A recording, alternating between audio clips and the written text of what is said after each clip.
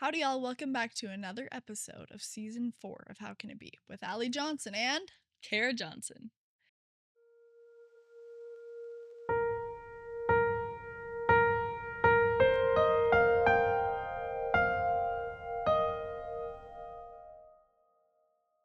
And man, does it feel good to be back. Yeah, I was worried that I was going to be forgetting what to say there for a moment. Yeah.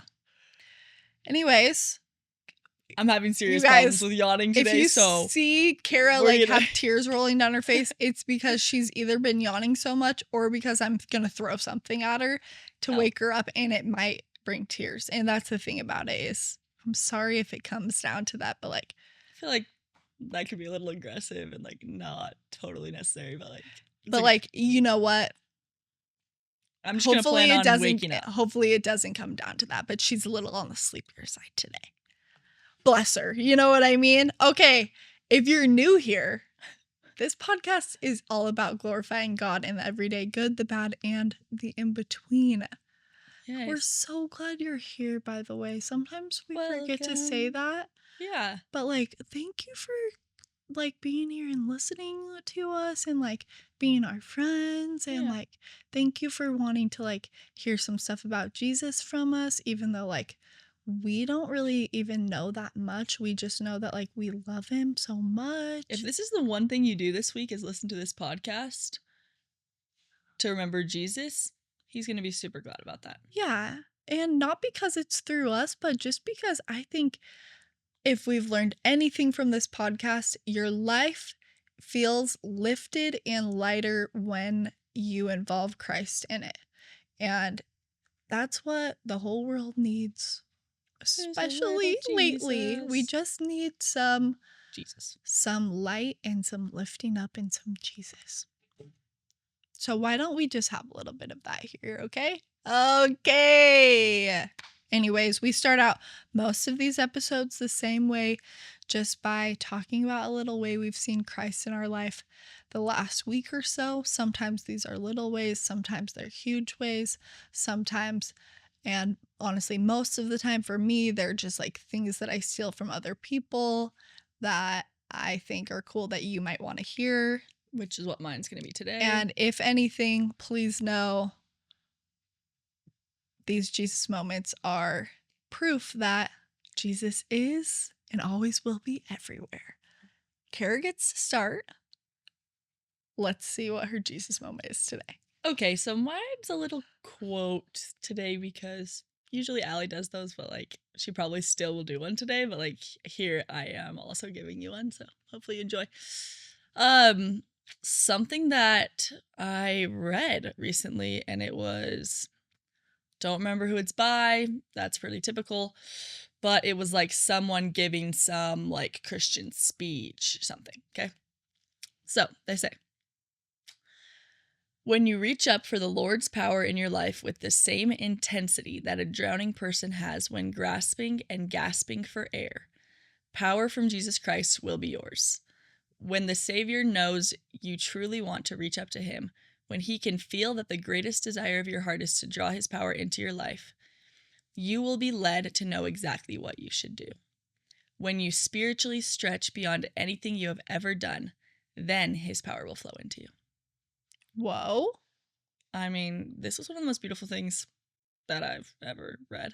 And I just loved the imagery of relating it to a drowning person gasping for air. Mm-hmm. And I think oftentimes we can be discouraged in our own faith journey and we don't know what to do next and we just feel discouraged. Yeah. But I'm if we're drowning in the water, there ain't no way we're just gonna be peace. Mm-hmm. And I'm a goner, Yeah. Definitely our body is gonna have some sort of reaction that's I need to search for the air. Yeah.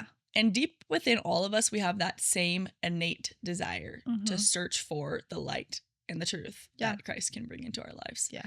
And so when we act and when we spiritually stretch ourselves and when we seek for his light in our lives with that same intensity and desire, we can find it.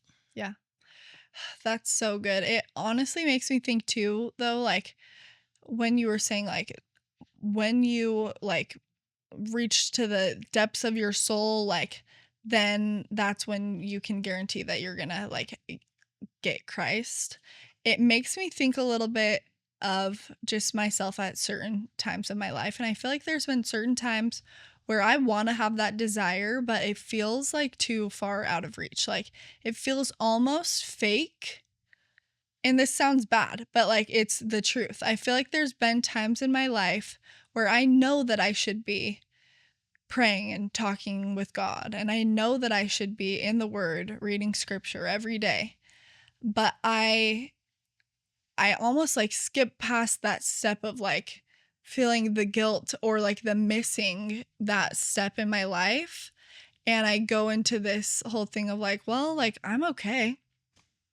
Like I don't really need it. Like, and I know I should do it, but like that's the only thing that's like making me feel like I should do it is just knowing that I should do it. And I think one of the hardest things to go through in life is that lack of desire sometimes.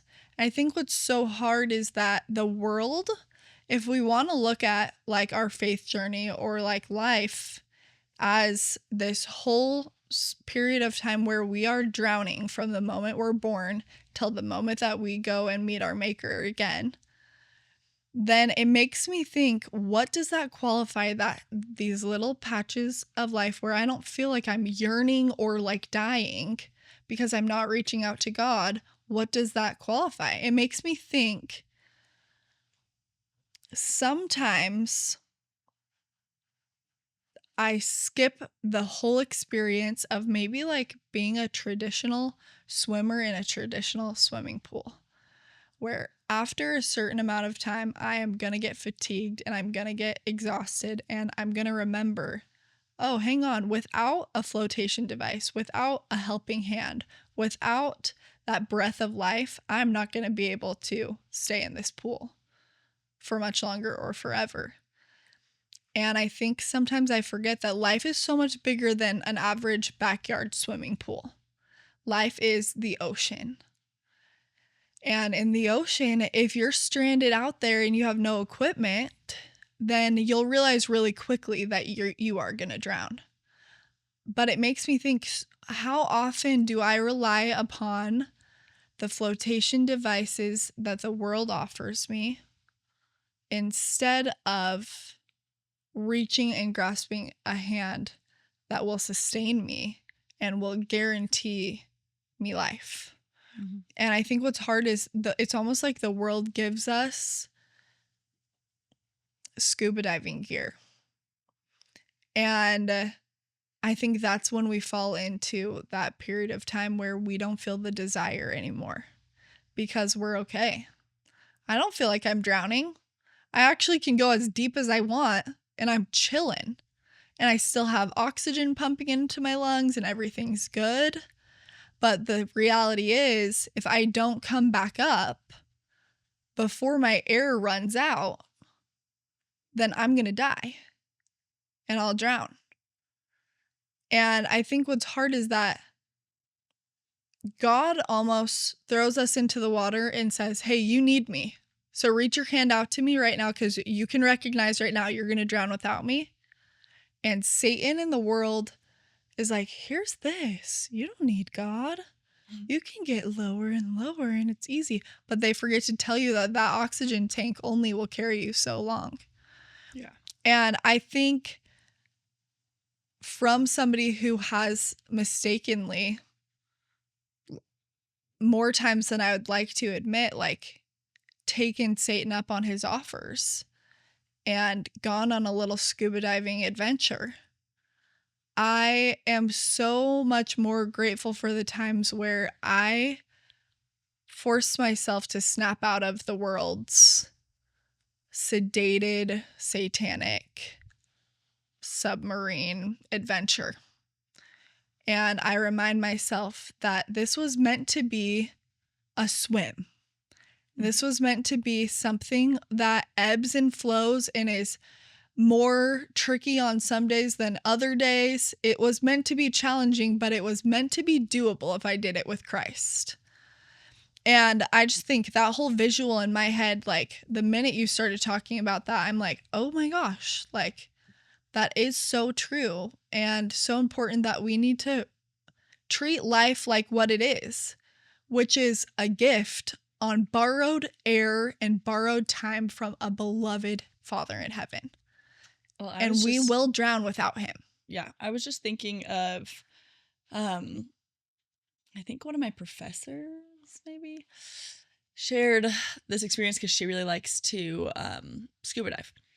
And she shared that she was scuba diving with one other person and they went down, they go very deep. Mhm. And so you have to like, I don't remember what it's called, but you have to like come up to a level and then wait for like it to depressurize or something and then like come up again or whatever. And so they were like slowly working their way up and her like mask or something malfunctioned and just started pushing the air into her face and stuff. And she ran out of air within like seconds. And she like their first instinct is like panic, you know, like I'm so far away from the top still, and if I just try to shoot up from the top right here, I haven't done my decompressing my ears are gonna explode, and I'm gonna have serious health problems. And so she's like worrying, whatever, but she has her buddy that she's been diving with, and he has plenty of air. And there's a thing attached to his where he has two masks, so they could both put their masks on and just swim close by each other and go up. And she was like, so we were totally fine. And we knew the hand signals and everything to be able to communicate underwater and be like, my air's gone, I need yours, and go up together. And I was thinking about it because my roommate, her extended family does like this scuba diving trip every year. And I remember some of her extended family telling a story about one of the boys that it was like maybe his first or second time going. And he's not that good at it. And he loses his air really quickly. He uses his air really quickly. And they're swimming in like two groups. And all of a sudden he just takes off and goes towards the other group. But he was by himself for a long time in between. And they were like, where did he go? And they didn't know he was coming to meet them. Eventually he met up with them and it turned out being fine. But everyone was like, that's the dumbest thing you can ever do. You're an idiot. And I was just thinking how if my professor didn't have her buddy with her, then she would have been screwed, you know? And the importance of not being alone in the huge, vast, scary unknown of the ocean. And the importance in our lives that we live in a huge, vast, scary, unknown world. To not think that we can do it by ourselves and go off to meet up with another group, but to stay with our buddy who is Christ. Because he always has an extra tank for us, an extra mask for us. That when we run out of our ability to do the things we need to do, we can rely on him. And anyway, I was thinking about that while you were talking about that. Oh, that's so good. I think also, how cool is it to think that you could be the person that reminds somebody else that there is that breath of life that's waiting for them, you know? That they don't have to be alone in what seems like a dark, scary submersion that's unrecoverable and unsavable, that there's air and there's light and there's saving for them. I think it's so cool to think that we can be the person that shares our mask, or we can be the person that leads somebody else to the person who can provide them with unlimited supply of life. So that's really awesome, and I really love it, and that's super good. That's super good. So what's your Jesus moment? So my Jesus moment is, I'm going between three things, and it's like so hard to know. It's so hard to choose. Well, I think my Jesus moment is going to be this because Kara told me it had to be mine a few days ago. But Kara picked me up from the airport like a week ago. And I had gotten on a flight and it was a 6 a.m. flight. That feels fabricated. It was maybe like a 7 a.m. flight. But when you're leaving for the airport, you know the deal. Anything over 10 a.m., I'm having to wake up at the butt crack of dawn. And it's feeling unbearable to survive. Anyways.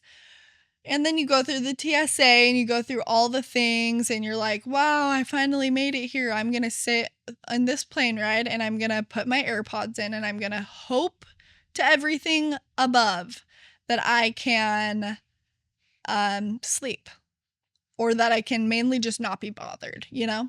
Yeah. And so that was my approach. And I walked onto the plane and I sat down and I'm sitting there and there's a middle seat that's empty and then there's a man sitting there.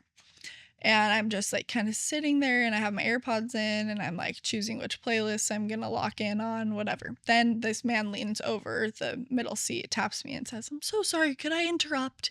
I'm so chilly. Could you move so I could grab my sweater? And I was like, no problem.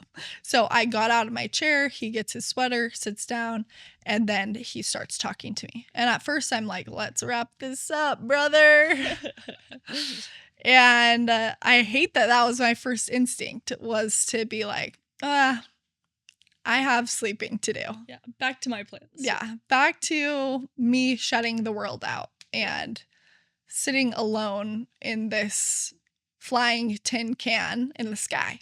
It's perfect. Anyways, I get chatting with this guy and he tells me his name's Randy and I'm like, Randy, so nice to meet you, whatever. And we just start talking about life and he's like, he's a little bit older than me. He's in his 70s. A little bit older. Little bit. Yeah. Don't want to be calling Randy old. He's a prince and he's full of life. Love that. Anyway, so we become good pals by the end of the flight and we're just talking about all these things. And as we were talking, he tells me that he's flying to the place that we're going to get to be a recipient of a kidney transplant. And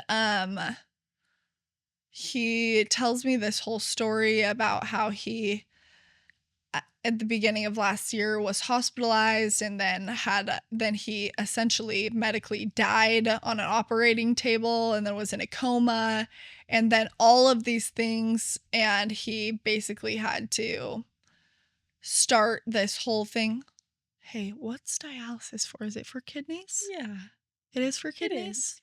Yeah. Phew. Okay, I can keep this story going. Yeah. I'm like, is it for kidneys or is it for liver failure? No, it's for kidneys. Okay, good. Yeah. Oh, good. Okay, good. Think. Now I'm also worried. It's kidney for sure. Could you look it up?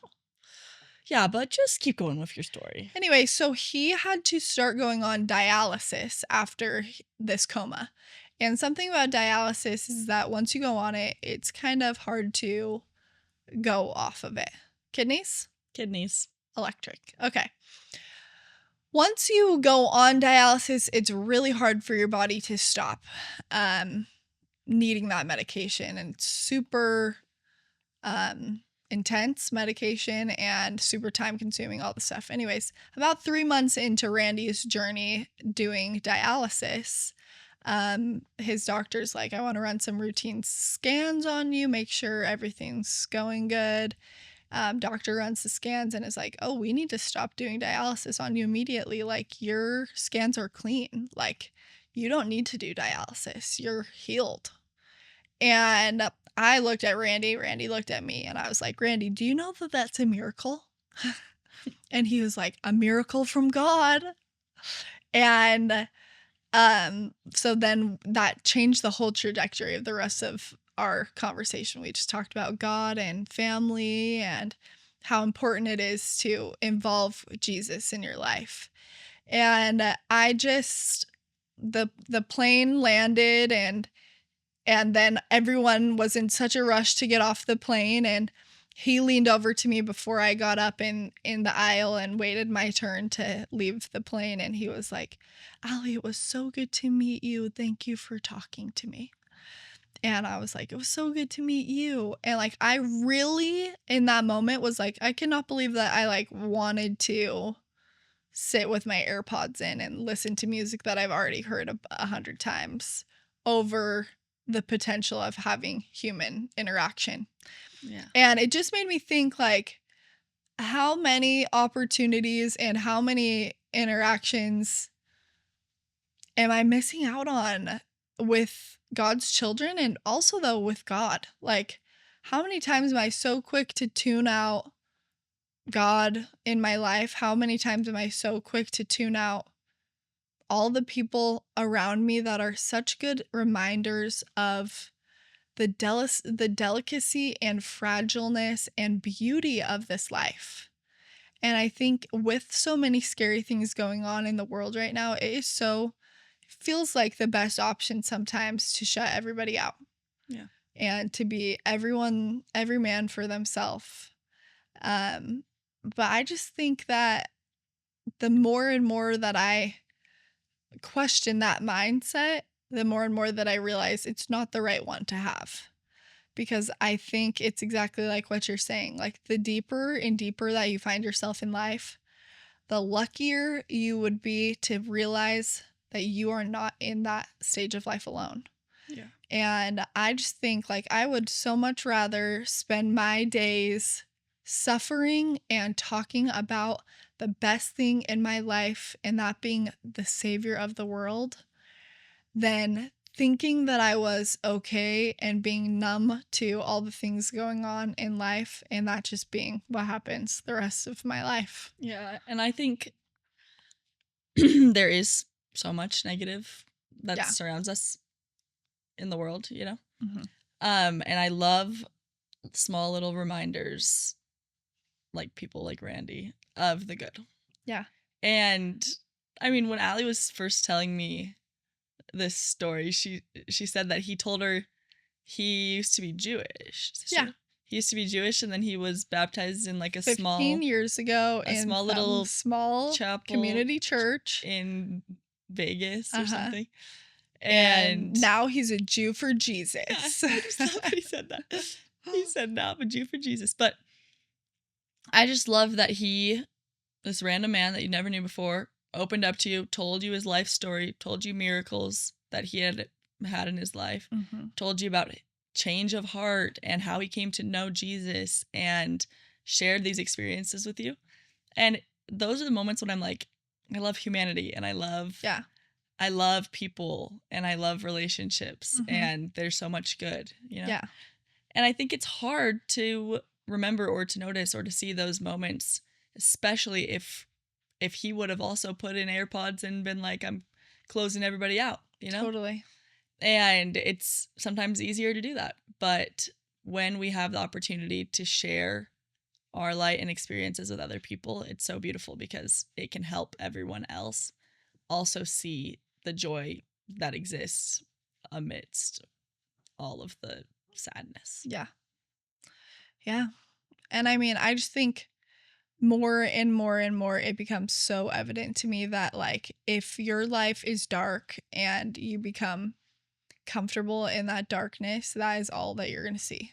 Yeah. But the more and more that we lift our head and turn towards the light, like we will experience that, and we'll experience the freeing redemption that comes from trying to elevate our lives. And it just makes me think of this thing that I just actually read to Kara before this, because I thought maybe like she would want to use it for her Jesus moment. Then she told me like, thanks, but no thanks. And so like, anyways, I'll be sharing it now. Like, moral of the story, okay? Anyway, so it's this thing that says, the only bird that dares to attack an eagle is a crow, but the eagle never fights back. Here's why. The crow sits on the eagle's back and pecks at its neck. It's relentless and annoying, but the eagle stays calm. The eagle doesn't flap, fight, or waste energy. Oh, I lost my spot. No worries. It does one thing. It rises. The higher the eagle soars, the thinner the air becomes. The eagle knows the crow can't handle the altitude. Eventually, the crow gasps, loses strength, and falls off. Not because the eagle attacked, but because the eagle ascended. So let the crows talk. Let them peck. Don't engage. Just keep soaring higher. They can't follow your forever. Your elevation will suffocate their noise. And I just think, especially with a lot of the darkness and heaviness that has been going on the last few weeks in the world, I think this is the message that people need to hear, because when hard things happen, like, it feels easy to want to retaliate or to want to be the one that has the last word, or like gets to be the more powerful person in a situation. And I think when we look to the person that holds all of the power, which is God, then that changes everything. And the people that are trying to bring us down, the darkness, Satan becomes so much less powerful, because exactly like this says, we don't need to waste our energy on things and people that are not trying to go to the same place as us.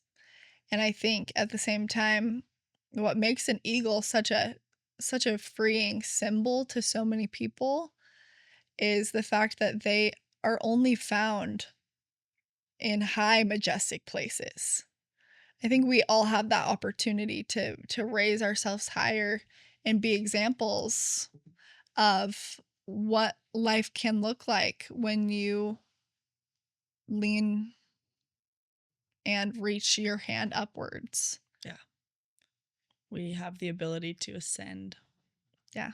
Above the terrible, hard things. Yeah. With Christ. Yeah. And that's really beautiful. It is. It's really hard to grasp onto the good things, but that's like part of like why we have this awesome podcast that we like talk about Jesus and like how we can find him in like every tiny little piece of our lives, and like helping you guys to remember that like you guys can also actually see him in your lives even when it's hard.